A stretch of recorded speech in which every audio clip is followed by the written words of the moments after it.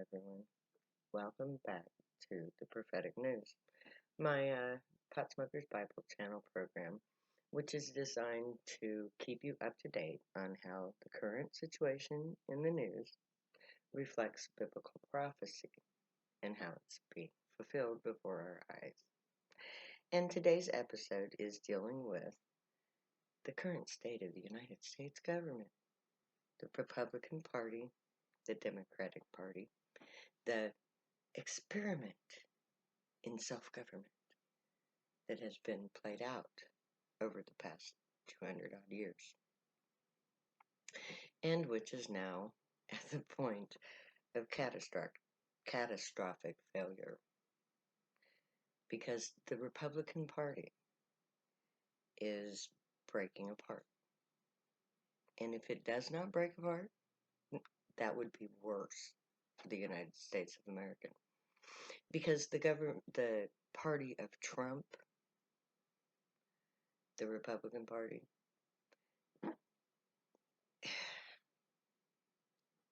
cannot go on as it is. Lies do not stand.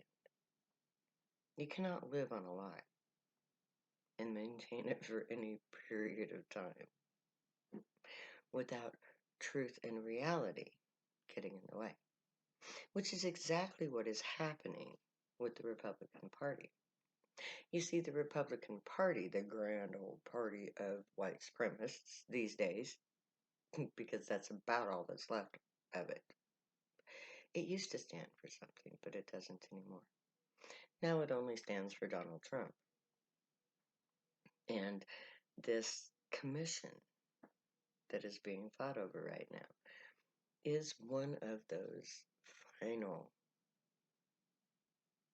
dominoes that's fallen and going to ultimately destroy the United States of America. Because if the commission does not get set up, if the Republicans do not go along with the commission, the people of the United States of America will be up in arms, because there are not a majority of Republicans in this country. But the Republicans have gone so extreme that the uprising of the just people of the United States of America in protest of the government takeover of the Republican Party is going to be their undoing. Because the true base of the Republican Party has become so base, immoral, and violent that they did January 6th. And the more we oppose them, the more violent they will become, because they've already lost control and they know it. They know that there are not enough old, rich white men to stay in control in the democracy. So they have to take over America or lose it entirely. And they're losing it entirely. Their base does not have the numbers to control. So by maybe two, the midterm and the coming election will be the last, because the Republican Party will either take over America and it will become like Russia in Trump's own heart's desire, or it'll break up, as the prophecy says it will.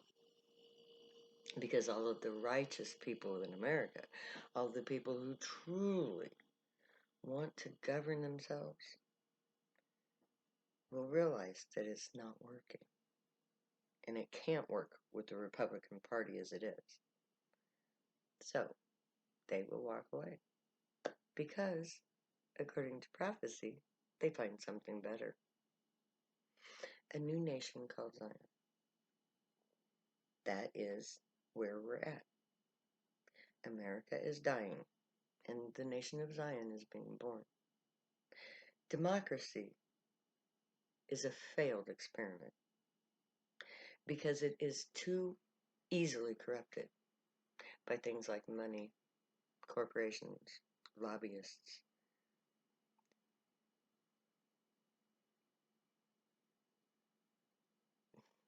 How to put this? Lies, propaganda. That's what killed America. Lies, propaganda. The corporate takeover of what used to be what was supposed to be a democracy but has evolved into a police state with our police in array against the actual citizens of the United States that they're supposed to protect. So, well, what do we do now? Well, thank God I'm here because I have a plan. And that plan comes from God. It also comes from human invention because God works within the system that exists. There's no way to go from this level of technology to this level of technology without taking it there. That's why we were gifted with what is to the great ancient technology that they had to mothball. They had to get it out of mothballs and say, hey, let's show them this. It's like 50 billion years old, but it's like we still have the specs for it, and it'll help them. Humanity is so stupid. If you really, really think that God would not give us the means to save ourselves right here on earth, within our own knowledge base, then you don't know God at all. Because God prepares things well in advance. And He has prepared for us the means to reestablish their ancient political system. That political system, which archaeologists have, for some reason, decided was not political, but was religious in nature. So they took the government officials from the gray, our ancient gods, who ran the government of the planet through the temple complexes that we see scattered across the planet. But humans and their, I don't know, I don't know why they decided that this obvious government system was religious in nature. That government officials who took care of departments of government were somehow morphed into these supernatural beings that had to be feared, obeyed, and worshipped. No.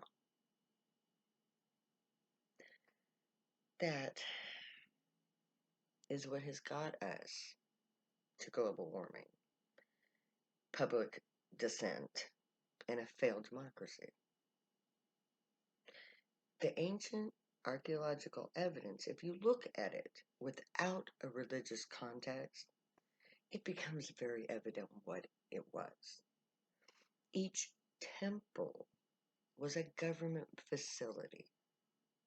If you had an agricultural problem, you went to the agricultural department, and they had the means to work with you. If you were sick, you went to the medical department. If you were from another nation and you needed to go negotiate, you went to the temple of the president, or Zeus in Greece, the god, the big god, the higher god, the father of the gods, or whatever the fuck you want to call him. It had nothing to do with religion. It was a functioning form of government that I call the total care state, because each temple represented a necessary function of government. Each department of government was housed by a alien god who was like a government elected official, only elected up there amongst themselves. But they were each assigned a certain sector of the earth to govern, and they were each given a particular necessitating job to do for humanity, like agriculture, weather, health, inspiring music, art, things that advance humanity, that advances society, and makes everybody have everything that they need and every means to thrive.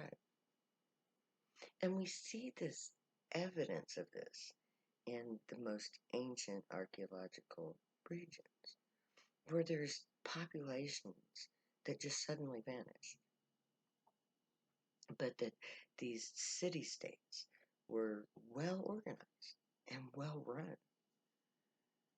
It's like they were fighting between, it's like political, yes, but people didn't argue, didn't fight because there was no food. Because the agricultural temple provided the people with everything they needed to grow their own food. The government took care of the basic infrastructure of society, and everybody in society functioned within those parameters. So anybody who was working with the agricultural industry, a farmer, would automatically be a part of the agricultural temple. They didn't worship the god of agriculture. They worked for the god of agriculture.